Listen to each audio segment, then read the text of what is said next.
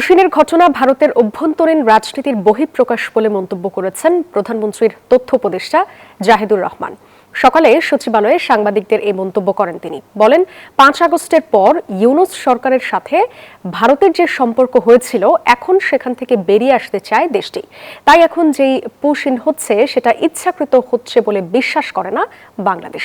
এই সমস্যা দ্রুতই সমাধান হয়ে যাবে বলেও জানান তিনি। আরও বলেন, দাম বাড়ানোর পরেও বিশ্ববাজারের তুলনায় দেশে জ্বালানি তেলের দাম এখনো কম। দ্বিতীয় পদ্মা সেতু নির্মাণের চুক্তির কাজ এগিয়ে চলছে বলেও জানান তিনি। ৫ আগস্ট পরবর্তী সময়ে ডক্টর ইউনূস সরকারের সাথে যে ধরনের পরিস্থিতি ছিল সেটা থেকে তারা বেরিয়ে আসতে চান, দুই দেশই চায় সেটা। সেজন্য আমি মনে করি যে সংকটটা প্রাইমারিলি দেখা যাচ্ছে, এটার একটা সমাধান দ্রুত হবে।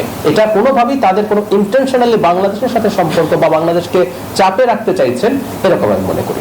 Bashundhara public school and college ২০২৬ শিক্ষাবর্ষে ভর্তি চলছে।